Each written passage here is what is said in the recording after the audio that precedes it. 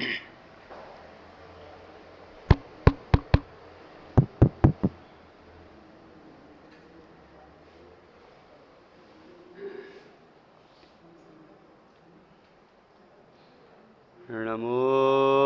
अर्हन्ताणं नमो सिद्धाणं नमो आयरीयाणं नमो अध्यायाणं नमो लोये सव्यसाहुणम् अर्हन्त सिद्ध साहु तिदयं जीर्णं वयण पडिमाहु जीर्णनिलयाय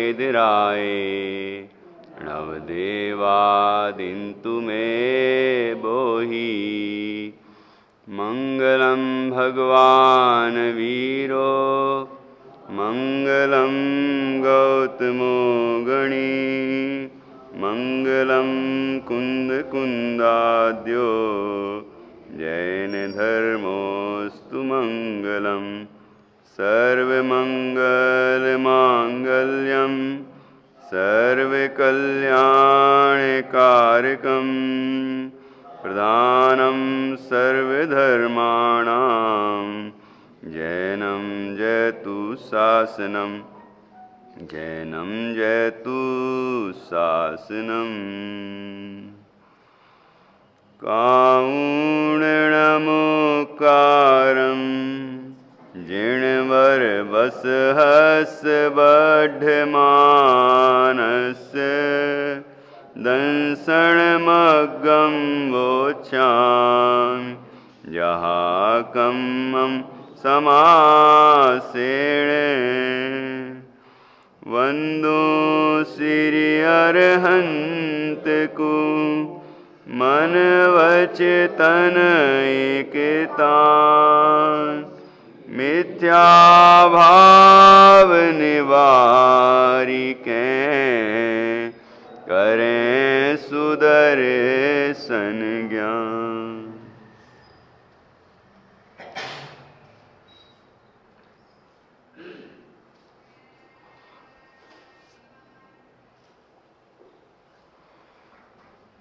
आचार्य श्री कुंद देव द्वारा रचित यह अष्टपाहुड़ परमागम है। इसका दर्शन पाहुड़ है और 12वीं गाथा है। यहाँ 11वीं गाथा में कल हमने मूल संघ का स्वरूप समझा था। मूल संघ, इसमें जो शब्द है मूल, मूल के दो अर्थ। एक तो मूल का अर्थ जिनेंद्र भगवान तीर्थंकर परम देव, और मूल का अर्थ मत दर्शन। तो उन जिनेंद्र भगवान का जो दर्शन, उनका जो मत, वही मूल है। तो एक में दूसरा अर्थ समाहित है। तो मूल संघ अर्थात तीर्थंकर परमदेव ने जो अंतर और बाह्य आचरण किया था वो मूल है। भगवान जिनेंद्र ने बाहर में तो निर्ग्रंथ दशा धारण की, 28 मूल गुणों के पालन रूप अवस्था धारण की, और आहार आदि की जो व्यवस्थाएं हैं और उत्तर गुण हैं, वो सब जो भी यहाँ अब कल अपन ने चर्चा की विस्तार से, वो सभी गुणों को धारण करते किया था उन्होंने। और अंतर में सम्यक दर्शन पूर्वक ज्ञान और चारित्र अर्थात रत्नत्रय, सम्यक रत्नत्रय को प्रकट किया। अंतर में अपने शुद्ध चैतन्य तत्व का अनुभवन किया और उसके फल में उन्होंने अरहंत और सिद्ध दशा प्राप्त की। तो जब अरहंत दशा प्राप्त की, उस समय उनको तीर्थंकर प्रकृति का उदय हुआ और उन्होंने वही मार्ग बताया जो उन्होंने स्वयं अनुभव किया और स्वयं उस मार्ग पर चले। और उस मार्ग पर चलकर उन्होंने वह आनंद पाया, चार घातीय कर्मों के 6 रूप, अनंत चतुष्टय रूप, जो अनंत आनंद पाया, वही मार्ग हम सबको बतलाया। तो ये तो हुआ मूल। अब संघ क्या?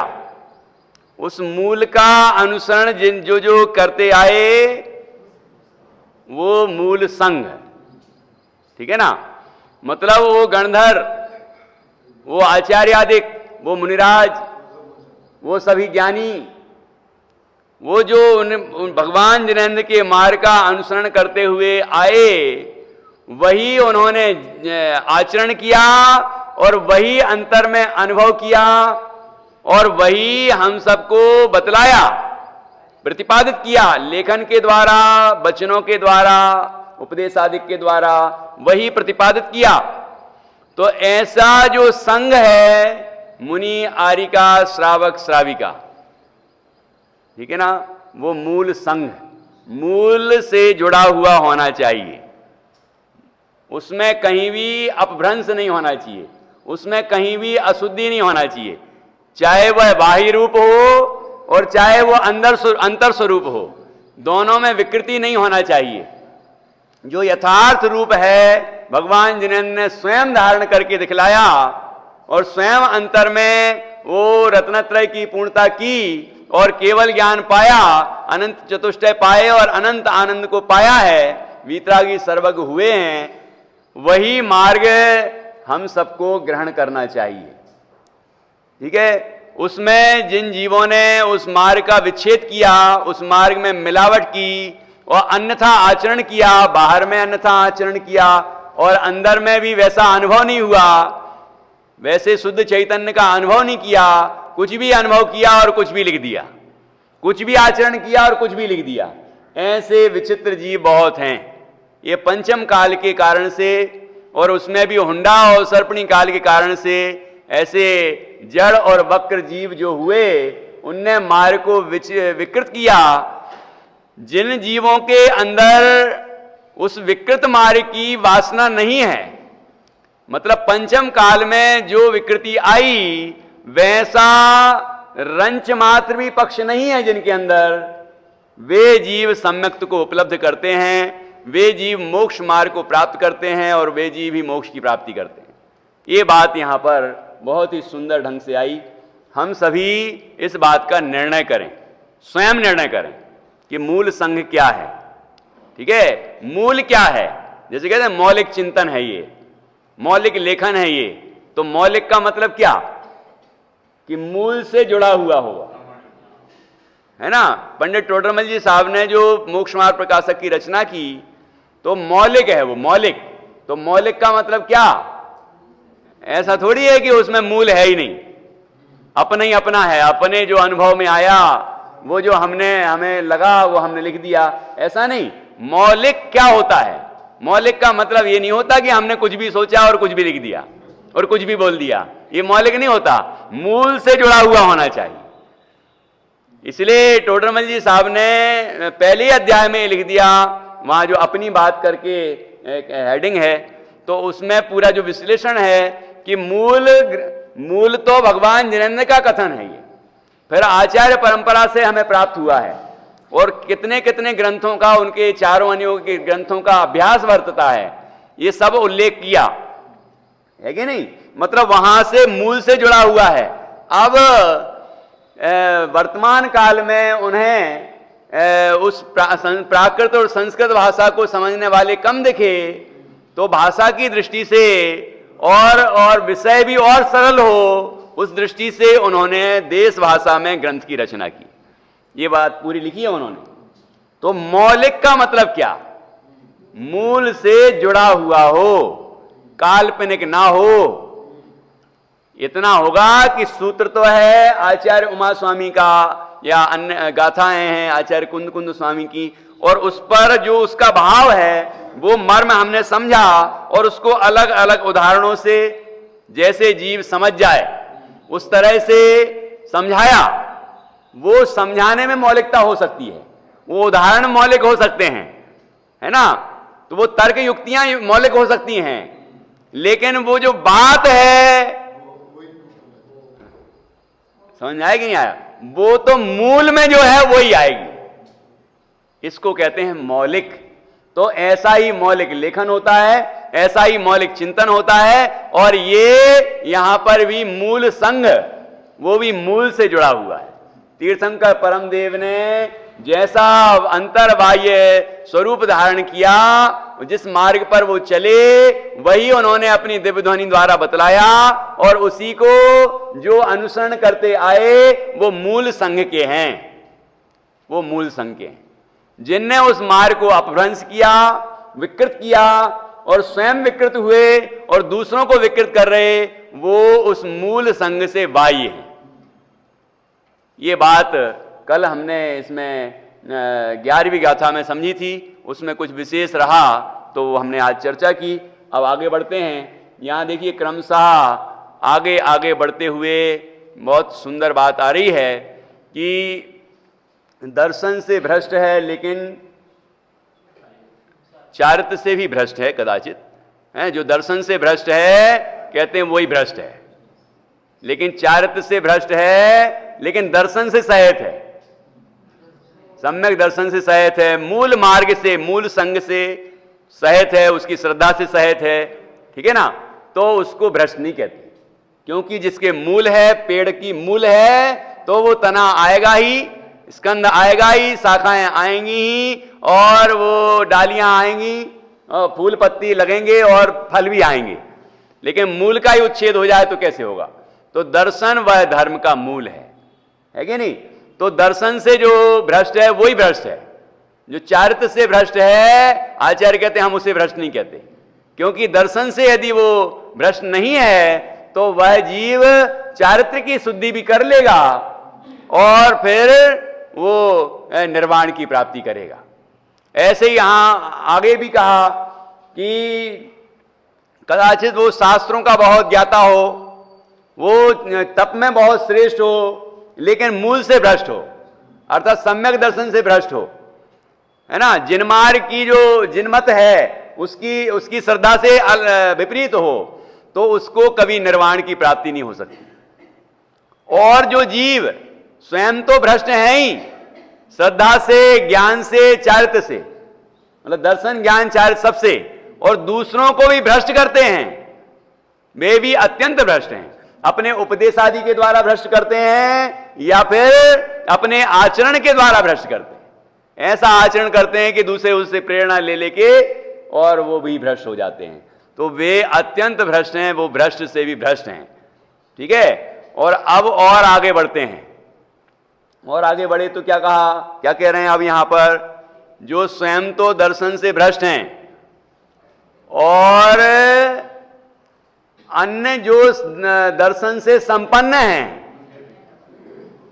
है ना, उनको अपने पैरों पड़वाना चाहते हैं, अपने सामने झुकाना चाहते हैं, है ना, किसी भी तरह से झुकाना चाहते हैं, उनका क्या हाल होगा? अब उसका फल बताते हैं यहां पर। ऐसी बड़ी ही सुंदर गाथा है 12वीं गाथा। देखिए आगे कहते हैं कि जो यथार्थ दर्शन से भ्रष्ट हैं और दर्शन के धारकों से अपनी विनय कराना चाहते हैं, वे दुर्गति प्राप्त करते हैं। अब ये तो सामान्य वचन है, जो भी ऐसा करेगा उसका ये हाल होगा। ठीक है ना? इसलिए हमें तो बात सामान्य समझनी है कि ऐसा कोई भी करेगा तो कोई भी बचने वाला नहीं है कि नहीं? ऐसा भगवान जिनेंद्र का ये उपदेश है, कथन है। तो देखिए गाथा पढ़ेंगे। जे दंसणे सुभट्ठा पाए पाडंति दंसन धराणम ते होंति लल मुआ बोही पुण्य दुल्लहा ते सिम चाहे नमन द्रगवंत से पर स्वयं दर्शन हीन हो है बोधि दुर्लभ उन्हें भी वे भी वचन पगहीन हो। क्या कह रहे हैं? ये दंसणे सुभट्ठा, जो दर्शन से भ्रष्ट हैं, ठीक है, जो दर्शन के तीनों अर्थ किए हैं उससे भ्रष्ट हैं, ठीक है। पाए पाडंती दंसन धराणाम, कि और जो दर्शन के धारी हैं, जो जिनमत की श्रद्धा रखते हैं, जो सम्यक दर्शन से संपन्न हैं, जो मूल संग में हैं, है ना, उनसे पाए पाडंती, अपने पैर पड़वाते हैं, पड़वाना चाहते हैं, अपने सामने झुकाना चाहते हैं, अपनी बुनियादी कराना चाहते हैं। ते होंती लल्ल मुआ, रुतान क्या कह रहे हैं यहां? कि वे होते हैं लल्ल मुआ। लल्ल मतलब लूले, और मुआ मतलब मूकाहा, मूक। मूक बधिर आया था तुम्हारे हैं, तो बधिर नहीं है ना, यहां पर लिखा मूक। मूक मतलब गूंगे होंगे, कि लूले होंगे और गूंगे होंगे। अभी क्यों होंगे वो आगे बताएंगे, स्पष्टीकरण आएगा। ये ते होंती लल्ल मुआ, वो ही पुण्य दुल्हा तेसिम, और पुण्य मतलब और, वो ही दुल्हा तेसिम, तेसिम मतलब उनमें, उनको बोधि की प्राप्ति दुर्लभ है। बोधि अर्थात रत्नत्रय, सम्यक दर्शन, सम्यक ज्ञान और सम्यक चारित्र की एकता, वो रत्नत्रय, वो मोक्ष मार्ग है, उसकी प्राप्ति दुल्हा मतलब दुर्लभ है, ठीक है। ये प्राकृत भाषा है। अब देखो यहां अपन हिंदी में अर्थ पढ़ते हैं। प्राकृत के नीचे संस्कृत छाया है ना, उसके बाद फिर हिंदी अर्थ है। देखो अर्थ, जो पुरुष दर्शन में भ्रष्ट हैं तथा अन्य जो दर्शन के धारक हैं, उन्हें अपने पैरों पड़ाते हैं, नमस्कार आदि कराते हैं, वे परभाव में लूले मूक होते हैं, और उनके बोधि अर्थात सम्यक दर्शन ज्ञान चारित्र की प्राप्ति दुर्लभ होती है।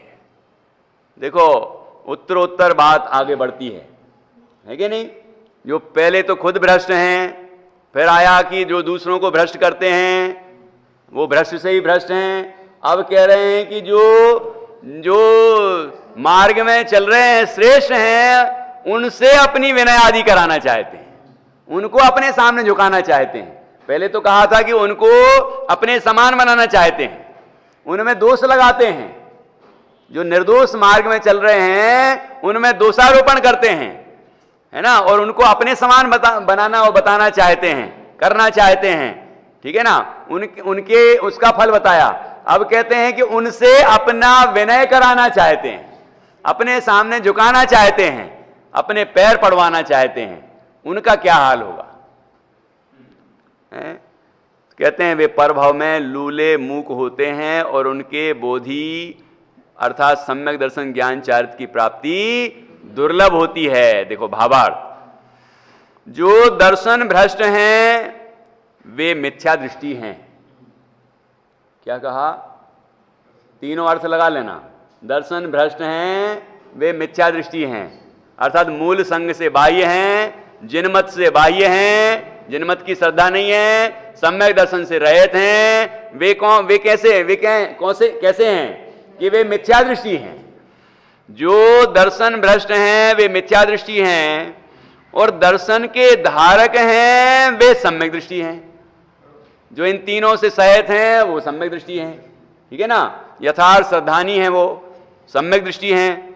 अब जो मिथ्या दृष्टि होकर सम्यक दृष्टियों से नमस्कार चाहते हैं, वे तीव्र मिथ्यात्व के उदय सहित हैं। क्या कह रहे हैं? खुद तो मिथ्या दृष्टि है, ठीक है ना, और सम्यक दृष्टियों से नमस्कार चाहते हैं।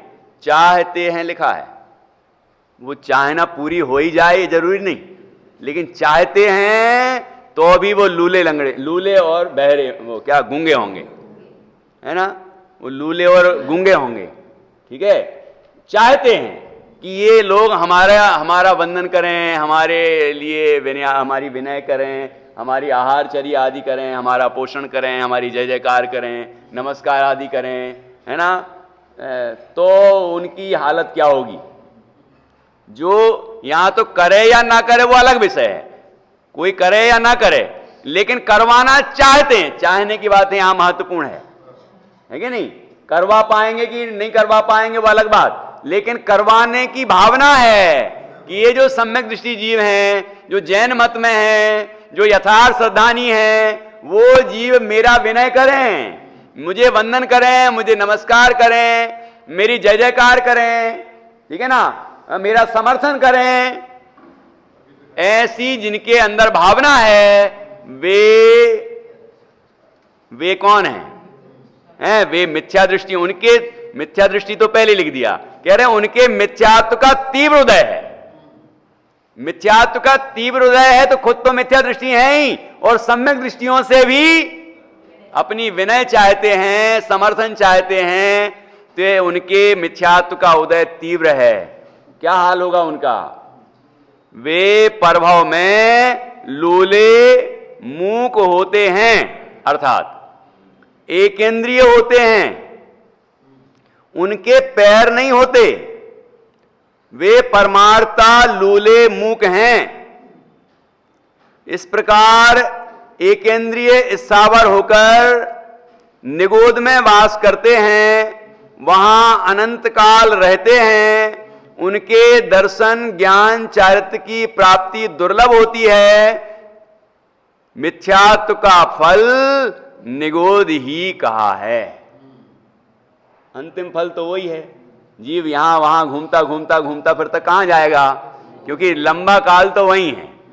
मिथ्यात्व का जो 70 कितनी पड़ी थी अपन ने, 70 कोड़ा कोड़ी सागर, इतनी लंबी स्थिति तो कोई आयु में नहीं है ना। संसार में कोई आयु ऐसी नहीं है कि वहां लंबा समय रह सके। तो कहां रहेगा ऐसा जीव जिसके मिथ्यात्व का तीव्र उदय है, दर्शन मोह का तीव्र बंध किया है, ऐसा जीव कहां जाएगा? तो कहते हैं निगोद में ही इतनी जगह है, इतना समय रह सकता है कि नहीं। सागरों सागरों बना रहे, यहां तो साधिक 2000 सागर के लिए निकलता है। त्रस पर्याय पूरी, 2 इंद्री 3 इंद्री 4 इंद्री 5 इंद्री संगी असंगी की जो भी चारों गतियों में स्थिति है वो साधिक 2000 सागर की है। बाकी इतना, अब यहां तो 70 कोड़ा कोड़ी सागर है ना। अब इतना लंबा काल कहां रहे जीव, और बंद किया है इतना तीव्र, ऐसा तीव्र मिथ्यात्व का बंद किया, दर्शन मोह का बंद किया, तो उसका फल कहां भुगतेगा ये जीव? कि निगोद ही ऐसा स्थान है जहां पर अनंत काल फल भोग सकता है मिथ्यात्व का। तो यहां लिखा ना, मिथ्यात्व का फल निगोद ही कहा है, ठीक है। तो अभी देखो क्या कहा, ये लूले मूक होते हैं, एकेंद्री के पैर भी नहीं होते है ना, लूले और मूक होते हैं। एकेंद्री तो जानते हो, सुल्तान तुम जानते हो, आरोही। एकेंद्री नहीं जानते, ये पृथ्वी कायक, जल कायक, अग्नि कायक, वायु कायक और वनस्पति कायक, ये सभी कौन से इंद्रिय हैं? एक इंद्रिय जीव हैं। पेड़ के पैर होते हैं नहीं, वो चल सकता होगा, तुम्हारे पास आ जाएगा चलते चलते, है ना, ऐसा नहीं होगा ना। और एक इंद्रिय कौन कौन है? स्थावर, नाम ही उनका स्थावर है ना, स्थिर रहते हैं वो, मतलब चल फिर नहीं सकते, गमन नहीं होता, तो स्थावर हैं। तो जिनके मतलब पैर पड़वाए ना, इसलिए पैर नहीं होंगे, और जय जयकार करवाई ना, इसलिए गूंगे होंगे। देखो मैंने कल बहुत सोचा है इस विषय में कि ऐसा क्यों कहा आचार्य ने, हैं कि पैर, जैसे कि आचार्य समंत भद्र जब साधारण अवस्था में थे, मतलब श्रद्धानी तो थे, लेकिन वो भस्म आदि रोग था, तो उसके निवारण के लिए बनारस में गए थे, है कि नहीं। तो वो राजा ने कहा कि तुम्हें नमस्कार करना पड़ेगा, ठीक है ना।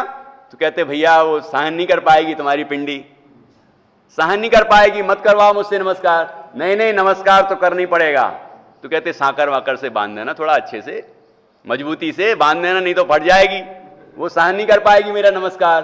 कि अच्छा इतना कॉन्फिडेंस है, पूरे जितनी सभा को बुला लिया, प्रजा को भी बुला लिया। मतलब देखें तो कि इतना ये कॉन्फिडेंस से कह रहे हैं, इतना आत्मविश्वास है, जरा देखें तो क्या होता है। तो हुआ वही, जैसे ही नमस्कार किया, किसको नमस्कार किया था उनने? चंद्रप्रभु भगवान को। स्तवन करते करते चंद्रप्रभु भगवान को नमस्कार किया तो वो पिंडी फट गई और उसमें से चंद्रप्रभु भगवान की प्रतिमा निकली। ख्याल में आया कि नहीं आया? तो इस तरह से अब देखो, यदि सम्यक दृष्टि से नमस्कार करवाओगे तो ये दुर्दशा होगी। ऐसे ही जो जीव सम्यक दृष्टियों से अपने पैर पड़वाते हैं तो पड़वा लो भैया, अब मजबूरी में पड़वाओगे तो फिर सोच लेना पैर नहीं बचेंगे, है ना, लूले होना पड़ेगा। और जय जयकार करवाई, नहीं जय बोलो ही नहीं, जय बोलनी पड़ेगी, नहीं बोलनी पड़ेगी, नहीं तो हम तुम्हें समाज से बाहर कर देंगे, तुम्हारा ये नुकसान कर देंगे, तुम्हारे रोटी बेटी की दिक्कतें कर देंगे, तुम्हारा ये कर देंगे, वो कर देंगे, दुनिया भर के दबाव डालेगा कोई।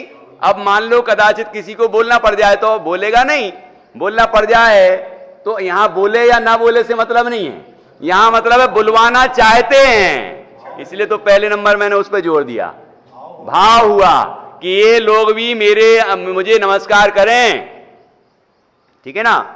ऐसे कोई दिगंबरों में हो, दिगंबर वेश धारण किया हो लेकिन विकृत हो, है ना, विकृत वेश धारण किया है, और अथवा जो 5 गिनाए थे यहां वो सभी, तो जो भी मूल संग से भ्रष्ट हैं वे यदि अन्य सम्यक दृष्टियों से विनय आदि चाहते हैं तो क्या दुर्दशा होगी कि वो लूले और गूंगे होंगे, क्योंकि जय जयकार करवाई थी जबरदस्ती या करवाना चाहिए थी, इसलिए उसका फल किसको मिलेगा? जो ऐसा चाहता है उसको ऐसा फल मिलेगा कि वो बोल ही नहीं पाएगा आगे, वचन वर्गणा ही नहीं। एक इंद्री क्यों लिया? उसके वचन शक्ति ही नहीं है, वचन शक्ति नहीं होती उसके, है ना।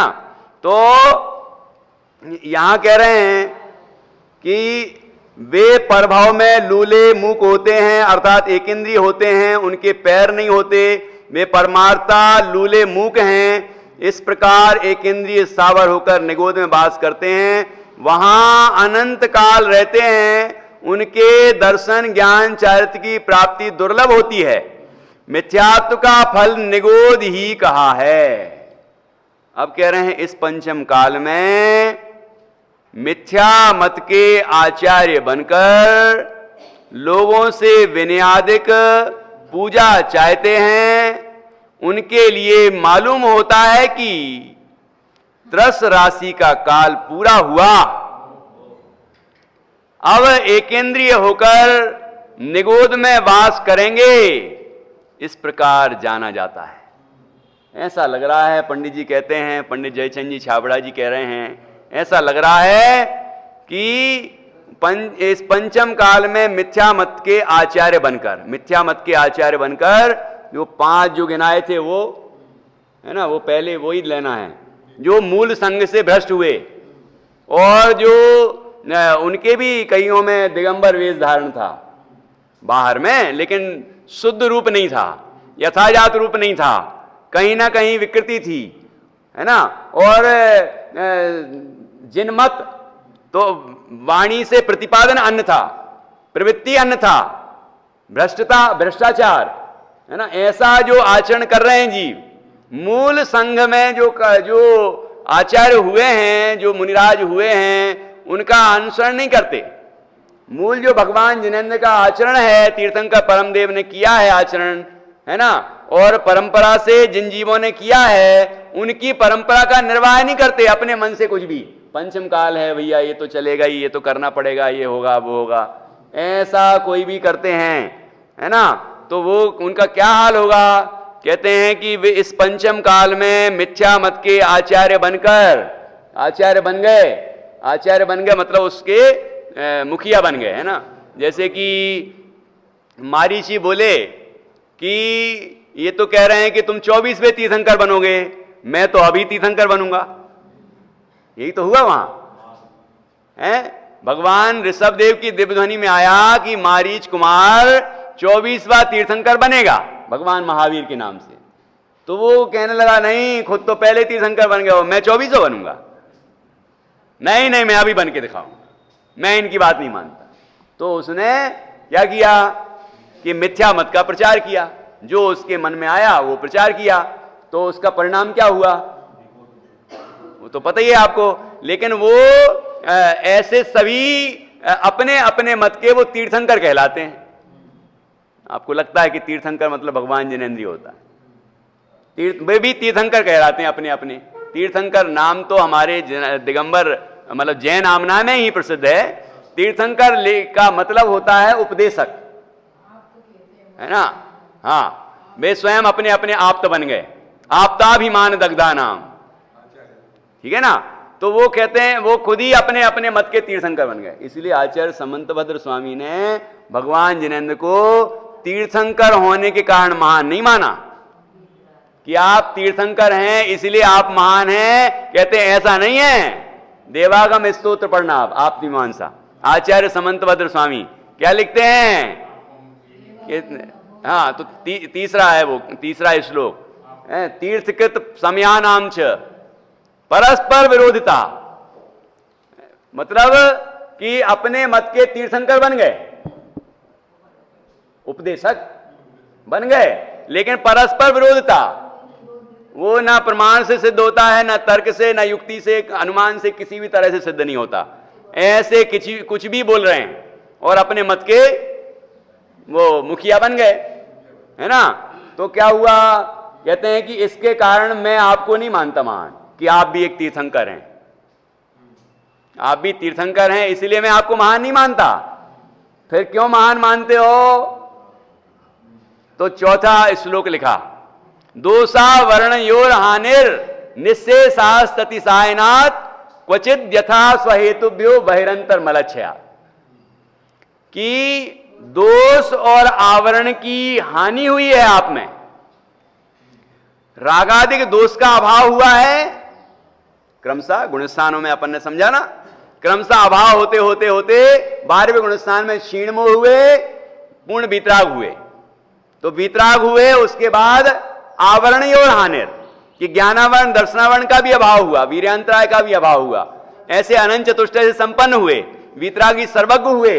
इसलिए हम आपको पूछते हैं, दोषावर्ण योर हानिर निःशेषास्ततिसायनात् क्वचिद यथा स्वहेतुभ्यो बहिरंतर मलच्छया। ऐसे अनुमान से मैंने एक बार बताया है, इसलिए अब नहीं बता रहा हूं फिर से। तो इसका पूरा तो ऐसे उनके दोष और आवरण की हानि हुई है, मतलब भगवान जिनेंद्र वीतरागी हैं और सर्वज्ञ हैं, इसलिए वो महान है। अनंत चतुष्टय से संपन्न है इसलिए वो महान है। 18 दोषों से रहित हैं इसलिए वो महान है। मतलब वीतरागता के कारण महान है, सर्वज्ञता के कारण महान है, तीर्थंकर होने से महान नहीं है, समौषण के कारण महान नहीं है। देव आते हैं उनके यहां इसलिए महान नहीं है। प्रधानमंत्री प्रणाम करता है इसलिए महान नहीं है। विदेश का राजा आ जाए, मतलब राष्ट्रपति आ जाए और वो प्रणाम कर ले तो इसलिए कोई महान नहीं बनता। महान वीतरागता से बनते हैं, विज्ञानता से बनते हैं, ठीक है। तो वीतराग विज्ञानता जिसके अंदर है और वृद्धिंगत है वो महान है, ठीक है ना। तो यहां भी यहां कह रहे हैं कि इस पंचम काल में मिथ्या मत के आचार्य बनकर, मिथ्या मत का आचार्य बन गया। अब लेकिन वहां पर यह समझना है, महानता तो वीतरागता सर्वज्ञता के कारण ही है, लेकिन जब आगे बढ़े तो आचार्य कहते हैं कि हम परीक्षा कैसे करें कि आप वीतरागी हो, सर्वज्ञ हो। वीतरागता तो समझ में आ जाती है, दिखती भी है, लेकिन वीतरागता सर्वज्ञता कैसे आपके अंदर है ये कैसे जाने। तो ये जानने के लिए उनका उपदेश ही परीक्षा का आधार बनेगा। इसलिए ऐसा नहीं समझना कि तीर्थंकर भी होने से महान नहीं है कहा तो वो महान है ही नहीं तीर्थंकर होने से, कि नहीं, तीर्थंकर वो सब लोग मान लेते हैं अपने आप को। जैसे कि आचार्य लिखा ना, तो आचार्य बहुत सारे मतों में होते हैं। आजकल तो डिग्रियां होती हैं आचार्य, जैन दर्शनाचार्य हैं ये, या साहित्याचार्य हैं, अमुक अमुक आचार्य हैं, प्राकृताचार्य हैं। तो आचार्य तो वो यूनिवर्सिटी की डिग्री भी हो जाती है, ठीक है ना। तो आचार्य कहलाने से कुछ नहीं होता, कि आचार्य जो होते हैं मूल संघ के अनुसार वो आचार्य हैं कि नहीं, ये देखना पड़ेगा। ठीक है ना। तो वहां पर परीक्षा का आधार वचन ही बनाया है कि भगवान जिनेन्द्र के जो वचन है, सत्वमेवासि निर्दोषो युक्ति शास्त्र अविरोधी वाक अविरोधो यदिष्टम ते प्रसिद्धेन न बाध्यते, कि उनके जो वचन हैं वो युक्ति से, तर्क से, अनुमान से, है ना, प्रत्यक्ष से, परोक्ष से, इन प्रमाणों से प्रमाणित होते हैं और प्रमाणित होने पर अविरोधी हैं। मतलब किसी के द्वारा विरोध नहीं हो सकता। कोई अज्ञानता में विरोध करता है, इसके कारण वो विरोध नहीं कहलाता, है ना। जो जान लेगा वो विरोध नहीं कर सकता। और ऐसा हुआ है, अन्नमति भी जैन मति हुए हैं, है कि नहीं। तो उनने जब जैन दर्शन को समझा तो उनने उस जैन धर्म को स्वीकार कर लिया। आचार्य विद्यानंद स्वामी जिन्होंने अष्टसहस्त्री ग्रंथ की रचना की, 8000 श्लोक हैं उसमें, और वो है किसके ऊपर आधारित, इसी देवागम स्तोत्र पर है। तो देवागम स्तोत्र जो है वो मूल में किसके आधार से है, तत्वार सूत्र के वो मंगलाचरण के आधार से है। देवागम स्तोत्र लिखा, देवागम स्तोत्र का आधार लेकर, मूल आधार तो वही है, लेकिन देवागम स्तोत्र का आधार लेकर फिर अष्टसती, फिर उसका आधार लेकर अष्टसहस्त्री, ये ग्रंथों की रचना हुई। वो मूल तो वही दो पंक्तियां हैं, मोक्ष मार्ग से नेतारम वेत्तारम कर्मभृताम ज्ञातारम विश्वतत्वानाम वंदे तद्गुण लब्धये। तो ऐसी वो रचना हुई। तो अष्टसहस्त्री ग्रंथ की रचना की उन्होंने। पहले वो ब्राह्मणों के बहुत बड़े गुरु थे, है कि नहीं। और ऐसा माना जाता था कि जैन वचन सुनना नहीं तो मंदिर के सामने से निकलते थे, जिन मंदिर के सामने से, तो जिन मंदिर के सामने से निकलते तो कान में रुई लगा लेते थे। ऐसा वर्णन आया है कहां कथा में, है ना। तो कान में रुई लगा लेते थे और रुई लगा के निकलते थे। कान में नहीं पढ़ना चाहिए, लेकिन बहुत प्रकांड विद्वान थे, संस्कृत के ज्ञाता थे, अपने मत के बहुत प्रकांड विद्वान थे, ठीक है ना। तो एक बार संयोग ऐसा बना, ये है भली होनहार जिसकी हो, ये संयोग ऐसा बना कि मंदिर के सामने से निकल रहे थे और उसी समय क्या हुआ कि कान की रुई निकल गई। जैसे ही कान की रुई निकली और ये देवागम स्तोत्र ही चल रहा था अंदर में, इसका पाठ चल रहा था मंदिर के अंदर, है कि नहीं। तो पाठ चल रहा था, वो तो बहुत प्रकांड विद्वान थे, समझ में आ रहा था। देवागम नभोयाने चामरादि विभूतिया माया विश्वपि दृश्यन्ते नातस्त्वमसि नो महान। मैं तो इसी बात से महान मानता हूं कि उनके यहाँ देव आते हैं, है ना। वो ऐसा उनका बाहर से भी बहुत अतिशय है, ऐसे चमत्कार पैदा होते हैं, इसलिए मैं महान मानता हूं। लेकिन ये कह रहे हैं कि हे भगवान, आप इसलिए महान नहीं हैं कि आपके यहाँ देव आते हैं और आपके नमस्कार आदि करते हैं। देवागम नभोयाने चामरादि, चमर ढुराए जाते हैं, है ना। आपके समोषण आदि विभूति है, बाह्य वैभव है, इसलिए आप महान नहीं हैं। ओह, क्या कह रहे हैं ये, फिर क्यों महान है। आगे आगे सुनते गए और मंदिर के अंदर घुसते गए, मंत्रमुग्ध हो गए। अरे गजब की बात है, गजब की बात है। और सुनते गए अंदर चले गए और वहां तो भगवान के दर्शन किए और वहां जो आचार्य होंगे उनसे उन्होंने दिगंबरी दीक्षा धारण की और उसके बाद अपना कल्याण तो उनने किया ही और अन्य जीवों के कल्याण के लिए भी उपाय किया, ठीक है ना। ये होता है, संयोग की बात है। भली होनहार है जिसकी, है ना, उसको ही ऐसा विचार आता है, उसके ही ऐसे संयोग बनते हैं, है कि नहीं। तो यहां कह रहे हैं कि कोई मिथ्या मत का आचार्य बन गया, ठीक है। इस पंचम काल में मिथ्या मत के आचार्य बनकर, इस बनने में कोई बड़ी बात नहीं है, डिग्रियां भी होती हैं, कोई 4 लोग मिलकर भी आचार्य घोषित कर देते हैं, उसमें कोई बड़ी बात नहीं है कि नहीं। तो इसे, लेकिन इसमें कोई दम नहीं, दम इसमें है कि हम आचार्य अंदर से हैं कि नहीं। वो पहले तो आचार्य क्या है उसको समझते हैं कि नहीं, और उसके अनुसार हमारा जीवन है कि नहीं, अंदर में रत्नत्रय की वृद्धि हुई है कि नहीं। आचार्य का जो स्वरूप जिनागम में लिखा है वैसा हमने आचार्य पद अंदर में पाया है कि नहीं, वो महत्वपूर्ण है। तो यहां कह रहे हैं कि को सभी अलग अलग मतों में भी अपने अपने आचार्य होते हैं, जैसे कि तीर्थंकर अपने अपने मतों में, मतलब अपने अपने उपदेशक हो गए तो वही अपने आप में तीर्थंकर हो गए, ठीक है ना। तो ऐसा समझना, यहां सभी मतों का समझना, जो भी मिथ्या मत में है। इस पंचम काल में मिथ्या मत के आचार्य बनकर लोगों से विनयादिक पूजा चाहते हैं कि अब मैं महान बन गया, अब लोग मेरी पूजा करें, मेरी भक्ति करें, मुझे नमस्कार आदि करें। तो पंडित जी लिखते हैं यहाँ पर, आचार्य के हृदय का भाव लिखते हैं कि उनके इसलिए मालूम होता है कि ऐसी प्रवृत्ति से ऐसा लग रहा है कि त्रस राशि का काल पूरा हुआ। साधिक 2000 सागर कहा ना, वो साधिक 2000 सागर का काल अब पूरा हो गया है, ऐसा मालूम होता है? और कहां जाना है फिर? हेडक्वार्टर, जहां से निकले थे वहीं जाना है वापस, हैं? अब एकेंद्रीय होकर निगोद में वास करेंगे, इस प्रकार जाना जाता है, ऐसा मालूम पड़ता है कि ये होने वाला है। इसलिए क्या शिक्षा मिली, क्या सीखना हम सबको इससे, कि हमारा श्रद्धान यथार्थ हो। जिनागम में जैसा वस्तु स्वरूप बताया है, जैसा अंतर्बाह्य स्वरूप बताया है ना, निश्चय और व्यवहार से जो मोक्ष का मार्ग बताया है, उसके अनुरूप हमारा जीवन हो, वैसी हमारी श्रद्धा हो, वैसा हमारा ज्ञान हो, वैसा हमारा आचरण हो, ऐसा हमको प्रयास करना चाहिए, ठीक है ना। और यदि हम ऐसे नहीं हैं तो दर्शन भ्रष्ट कहलाएंगे, और फिर भी ऐसे नहीं होने पर भी हम अन्य से अपनी विनयादी कराना चाहेंगे, हैं, तो यह हाल होगा। इसलिए हम सबको क्या करना है, पहले जिनागम का अभ्यास करना है, निर्णय करना है, और ऐसा ही अंतर में श्रद्धान प्रकट करना है, ठीक है ना। ऐसा करेंगे तो हम स्वयं सम्यक दर्शन से युक्त हैं। और फिर सम्यक दृष्टि चाहेगा कि नहीं, कि अब लोग, मैं तो सम्यक दृष्टि हो गया, अब तो लोग हमारी वंदना करें। सम्यक दृष्टि तो चाहता होगा, वो तो सम्यक दृष्टि हो गया, है ना।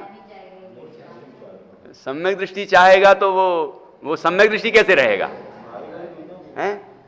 अभी देखो यहां आगे आने वाला है, आगे आएगा, ये अगली गाथा पढ़ते हैं। चलो आगे कहते हैं कि जो दर्शन से भ्रष्ट हैं उनके लज्जादिक से भी पैर पड़ते हैं, वे भी उन्हीं जैसे ही हैं। अब यहां इस तरफ से, हाँ इधर से वर्णन है। अभी तो पहले पैर पड़वाना चाहते हैं, उनकी तरफ से बोला, अब यहां से बोल रहे हैं कि जो सम्यक दृष्टि है वो यदि किसी लाज से, गारव से या भय से मिथ्या दृष्टि का विनय आदि करता है तो उसका क्या हाल होता है कि नहीं। अब देखो,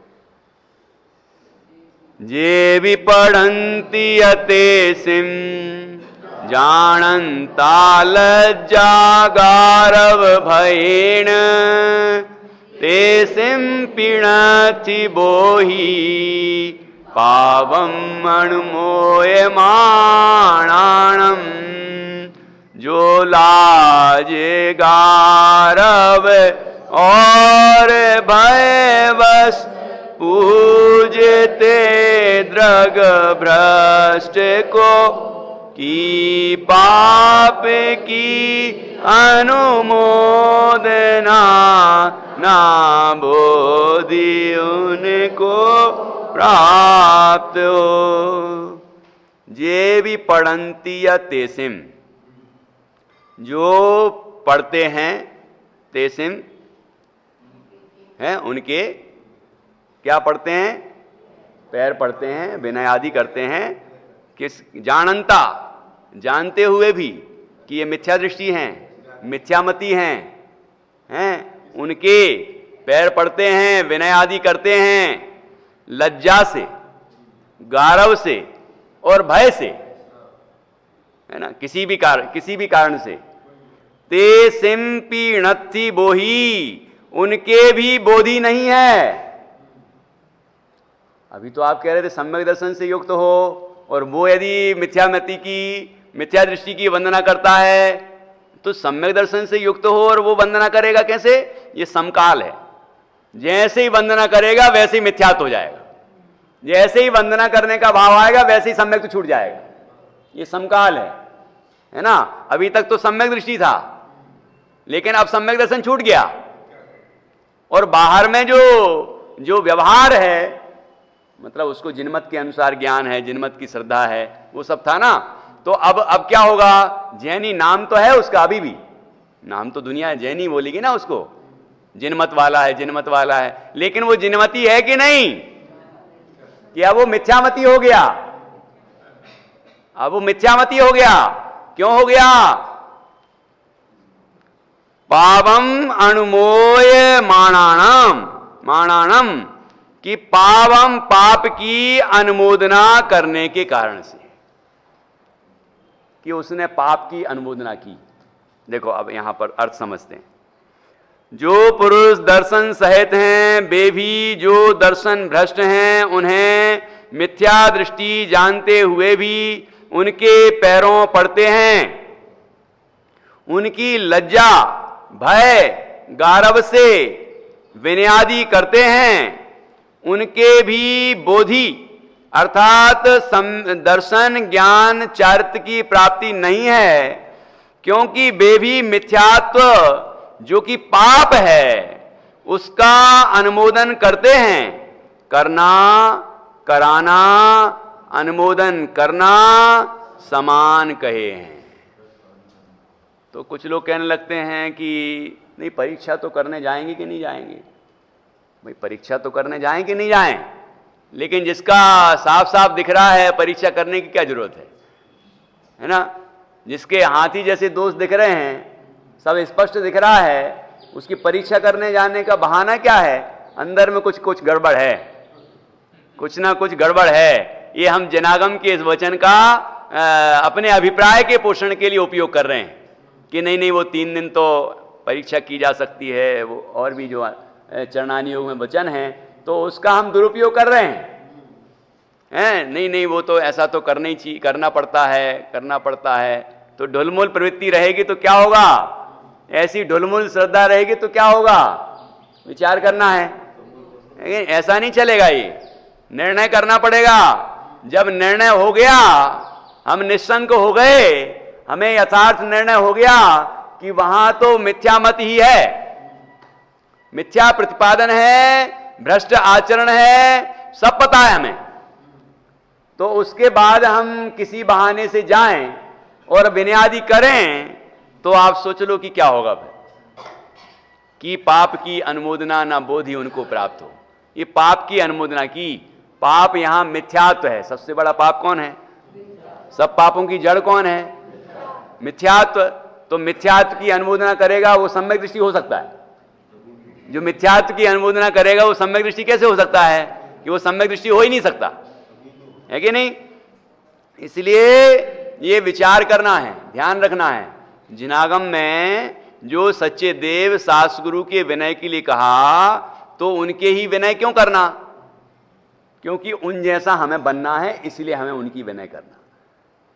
इष्टोपदेश में लिखा है कि जो जिन गुणों से युक्त होना चाहते हैं उन गुणों से युक्त इष्ट देव का ही पूजन अर्चना करते हैं। जो जिन गुणों से युक्त होना चाहते हैं का तात्पर्य क्या हुआ? कि हम मिथ्यात्व से युक्त होना चाहते हैं क्या? हम रागद्वेष से युक्त होना चाहते हैं क्या? हैं भय लालच इनसे सहित होना चाहते हैं? काम क्रोध से पीड़ित होना चाहते हैं? परिग्रह से संपन्न होना चाहते हैं? क्या चाहते हैं हम? पहले तो अपनी चाहना का निर्णय करें और फिर हमें ये वो आराध्य को ढूंढें, है कि नहीं? तो हम जिनेंद्र भगवान को ही क्यों पूछते हैं? क्योंकि हम स्वयं वीतरागी होना चाहते हैं, क्योंकि हम रागद्वेष से पीड़ित हैं और दुखी हैं। तो और जो रागद्वेष से पीड़ित हैं वो सब दुखी हैं। तो जो रागद्वेष से पीड़ित हैं हम उनकी वंदना करेंगे तो हमें क्या मिलेगा? ख्याल में आएगी नहीं यार? तो वीतरागी की हम वंदना करते हैं क्योंकि वीतरागी मुझे होना है, क्योंकि मुझे ये समझ में आता है कि राग द्वेष काम क्रोध के परिणाम अति पीड़ादायी हैं और इनसे मैं दुखी हूं और जो इनसे दुखी है वो हमें इनसे छूटने का उपाय बता ही नहीं सकता है, लेकिन ये उनसे मुक्त हैं। ये जिनेंद्र भगवान स्वयं इन काम क्रोध आदि सारे विकारों से मुक्त हैं, वीतराग हैं ये, और परम आनंद को प्राप्त किया है इन्हें। ये सर्वज्ञ हैं, है ना। तो इसलिए इनकी वंदना करेंगे तो ऐसे गुण हम भी सीख लेंगे। शिक्षालय है, भिक्षालय नहीं है। पंडित साहब कहते हैं ना, ये जिन मंदिर शिक्षालय है, भिक्षालय नहीं है। भीख मांगने का स्थान नहीं, ये दे दो, वो दे दो, ये दे दो। ये शिक्षालय, शिक्षा मिलती है, वीतरागता की शिक्षा मिलती है, अपने स्वरूप में लीन होने की शिक्षा मिलती है, परमात्मा बनने की शिक्षा मिलती है। ये शिक्षालय है, ठीक है ना। तो ऐसे भगवान जिनेंद्र के पास गए, उनकी पूजन आराधना की, उनका गुणगान किया, तो क्या हुआ कि उन जैसा ही स्वभाव मेरा है, उनका हमने उपदेश सुना। जिनवाणी में उपदेश है जो, वो हमने सुना और हमने समझा कि भगवान का क्या उपदेश है, और उस उपदेश के अनुसार हमने अंदर में प्रवृत्ति की। तो क्या हुआ कि उनके उपदेश के अनुसार हमें भी अपने चैतन्य स्वरूप का अनुभव हो गया, और हमारे अंदर भी रागादि विकारी परिणामों का अभाव हो गया। और फिर हमें भी उनका मार्ग क्या है, मूल मतलब उन्होंने किस तरह दीक्षा ली थी, श्रद्धांत तो हो गया, है ना, उसके अनुसार वह प्रवृत्ति भी करता है। तो दीक्षा लेने का परिणाम आया, उन्होंने दीक्षा ले ली और उनके समान ही जिन लिंग धारण किया और उनके समान ही साधना करने लगा। तो क्या बनेगा वो, कि वो उनके समान ही हो गया, वो भी जिनेंद्र बन गया, वो ही भगवान बन गया। तो कहते हैं इसमें कोई आश्चर्य की बात नहीं। भक्तामृत सूत्र में क्या कहा, इसमें कोई आश्चर्य की बात नहीं है। 10वां काव्य पढ़ना, भगवान बनने की बात है। जो भक्तामृत का 24 घंटे पाठ करते हैं उन्हें पता नहीं है कि इसमें क्या लिखा है? नात्यद्भुतम भुवन भूषण भूतनाथ भूतैर गुणैर भुवि भवंत मविष्टुवंता तुल्या भवंती भवतो ननु तेन किंवा भूत्याश्रितम यही है नात्म समम करो। जो स्वामी अपने सेवक को, जो धनवान स्वामी अपने सेवक को अपने समान धनवान नहीं बनाता, ऐसे स्वामी से क्या प्रयोजन? कोई प्रयोजन नहीं है। ऐसे व्यक्ति कौन सेवा करेगा? तो आपके अंदर जो विद्यमान गुण हैं, अनंत चतुष्टय है, वीतरागता सर्वज्ञता है ना, यथार्थ प्रतिपादन है, उन गुणों को भजने वाला, उन गुणों को भजने वाला उनके आपके गुणों को भजने वाला आपके ही समान हो जाता है। वो स्वयं उन जैसे ही अपने स्वभाव का अनुभव करके और उनके बताए हुए मार्ग पर चल करके उनके समान अरहंत और सिद्ध हो जाता है। इसमें कोई आश्चर्य की बात नहीं है। तुल्या भवंती, उनके तुल्य हो जाता है, ठीक है ना। इसलिए हम भगवान जिनेंद्र की पूजा करते हैं, निर्ग्रंथ संतों की पूजा करते हैं, वीतरागता की पोषक जिनवाणी की पूजा करते हैं, और इन्हीं के पोषक जो हैं, मतलब जिन मंदिर हैं, जिन प्रतिमा हैं, इन सब की पूजा करते हैं। नवदेव हैं, जो 5 परमेष्ठी हैं, जिनवाणी है, जिन मंदिर, जिन प्रतिमा और जिन धर्म, इनकी हम पूजा करते हैं। और जो इसी मार्ग में चल रहे हैं उनका भी यथायोग्य वंदन करते हैं, ठीक है ना। हारिका जी हैं, एलक जी हैं, क्षुल्लक जी हैं, और भी जो प्रतिमाधारी हैं, संयमी हैं, है ना, अविरति सम्यक दृष्टि हैं, जो उनका भी यथायोग्य सम्मान करते हैं, ठीक है ना। तो ये क्यों? क्योंकि वो इस मार्ग में चल रहे हैं और मुझे भी इसी मार्ग में चलना है, इसलिए हम उनकी अनुमोदना करते हैं। कृत कारित अनुमोदना का फल एक सा है। तो उन जैसे हम बनने के लिए उनकी अनुमोदना करते हैं, उनकी अनुमोदना करते हैं तो हमारे अंदर भी वैसे भावों का संचार होता है, और हम भी उनके जैसे ही मार्ग पर चलते हैं तो हम भी हो मेरी ऐसी दशा जैसी तुम धारी, तो वो दशा हमारी भी हो जाती है। इसलिए हमें तो केवल जो वीतरागी सर्वज्ञ निर्ग्रंथ प्रभु हैं उनकी ही वंदना करना चाहिए। जो मूल संग में हैं, जो मूल संग में हैं, उन सब की ही हमें वंदना करना चाहिए। उनका ही पोषण जो करते हैं उनको ही, उनका ही सम्मान करना चाहिए। अन्य किसी प्रयोजन से, लज्जा से, गारव से और भय से किसी भी कारण से मिथ्यामतियों की वंदना अनुमोदना नहीं करना चाहिए। इसका विश्लेषण आगे के पैराग्राफ में बहुत सुंदर आने वाला है। ये लज्जा क्या है, भय क्या है, गारव क्या है ना, उसका विश्लेषण बहुत सुंदर ढंग से पंडित जी ने यहाँ किया है। उसकी चर्चा हम कल करेंगे। आज हमारे यहीं चर्चा पूर्ण करते हैं। आदरणीय विद्वान अशोक जी के छोटे भाई प्रवीण जी जो गुरुधाम बागवाड़ा में पंचायत हैं, उन्होंने 5-6 पुस्तकें लिखी है। उसी में एक गणितमान चर्चा एक पुस्तक अभी आई है। इसमें गणना योग की विशेषता और है कि गणित के माध्यम से पल्ले अधोपल्ले अंगुल उनका भाव वर्णन किया है। जिनको भी गणित में रुचि हो, ये 4-5 पुस्तक आई है। जिनको रुचि है, बाकी उसकी राशि भी 50 रुपये है, जो भी अपन बुलवाएंगे तो वहाँ रुचि हो जाएगी। उसे निश्चित रूप से गणना योग के माध्यम से जीवन को समझने का अपना उपयोग सिद्ध होगा। जब यह जिनको भी अभी रुचि हो वो 4-5 पुस्तक आएंगे ले लें, और अधिक होगी तो अपन वहाँ से मंगवा के बांटें। सुनकर